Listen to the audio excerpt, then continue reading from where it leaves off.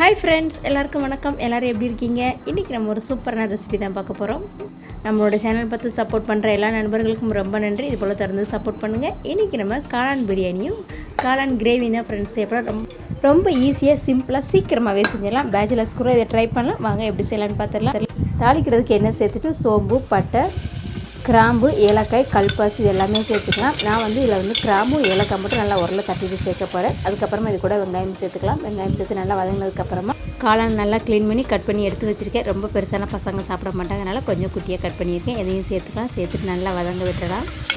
Chicken டேஸ்ட்டில் உங்களுக்கு சூப்பராகவே இருக்கும். இந்த காளான் பிரியாணி ப்ளஸ் காளான் கிரேவி நல்லாயிருக்கும். இந்த காளான் கிரேவி நீங்கள் சப்பாத்தி, இட்லி, தோசைக்கு கூட சேர்த்து சாப்பிட்றதுக்கு அவ்வளோ டேஸ்ட்டாக சூப்பராக இருக்கும். இப்போ இஞ்சி பூண்டு உருளை நல்லா தட்டிட்டு சேர்த்துக்கிறேன். அதையும் சேர்த்து நல்லா கலந்து விட்டுலாம் மிக்ஸ் ஆகுது. இப்போ இது கூட கட் பண்ணி வச்சுருக்க தக்காளி சேர்த்துக்கிறோம். நான் இன்றைக்கி 2 தக்காளி எடுத்துருக்கேன். தக்காளி நல்லா சின்ன சின்னதாக கட் பண்ணி எடுத்துக்கலாம். அதையும் சேர்த்து நல்லா வதங்க விட்டுருங்க. இது கூட நம்ம இன்றைக்கி பிரியாணி மசாலா தான் ஃப்ரெண்ட்ஸ் சேர்க்க போகிறோம். நல்லா கலந்து விட்டுட்டு நீங்கள் கட் பண்ணி வச்சுக்கிற புதினா, கொத்தமல்லி இதில் என்ன இருக்கோ அதையும் சேர்த்துக்கோங்க. சேர்த்துட்டு நல்லா ஃப்ளேவர் கொடுக்கும், நல்லா வாசனையாகவும் இருக்கும்.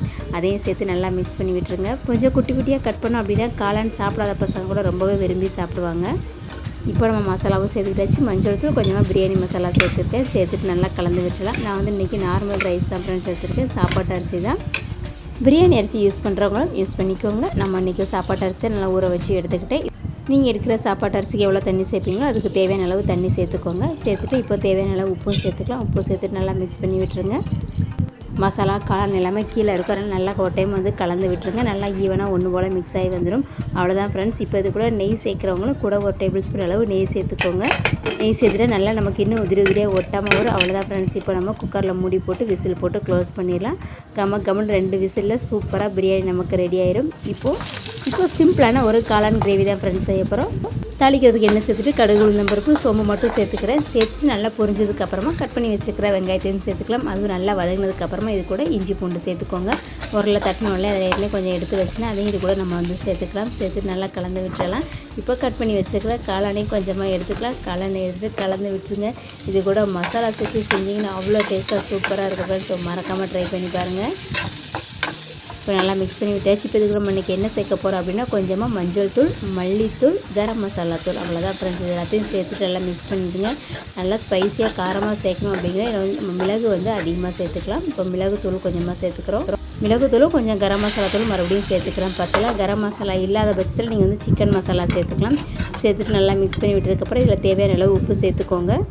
நல்லா வெந்து வரும்போது உங்களுக்கு நல்லா கெட்டியான கிரேவி பதத்துக்கு வந்துடும். அதனால் இப்போ தேவையான அளவு நீங்கள் மசாலா சேர்த்துட்டு கருவேப்பிலையும் சேர்த்துக்கலாம். சேர்த்துட்டு நல்லா கலந்து விட்டுருங்க. ஒரு 10 நிமிஷம் மூடிட்டோம் அப்படின்னா சூப்பராக நல்லா கம வாசனை நமக்கு காளான் கிரேவி ரெடி ஆயிடுச்சு. இது கூட அப்படியே ஃபைனலாக மல்லித்தலை தூவி இறக்கிட்டோம் அப்படின்னா செம்ம டேஸ்ட்டாக அட்டகாசமான காளான் கிரேவி ரெடி ஃப்ரெண்ட்ஸ். இப்போ நமக்கு காளான் பிரியாணியை ஓப்பன் பண்ணி பார்த்தலாம் எப்படி வந்திருக்குன்னு. அவ்வளோதான் ஃப்ரெண்ட்ஸ், ஓப்பன் பண்ணியாச்சு.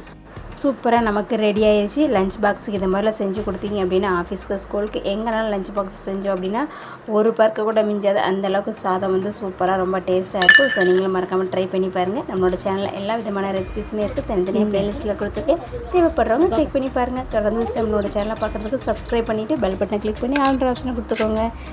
நம்மளோட சேனலில் எலக்ட்ரிக் ரைஸ் குக்கர் ரெசிபிஸும் எல்லா விதமான ரெசிபிஸுமே அப்லோட் பண்ணியிருக்கேன். தேவைப்படுறவங்க செக் பண்ணிக்கோங்க, யூஸ் பண்ணிக்கோங்க.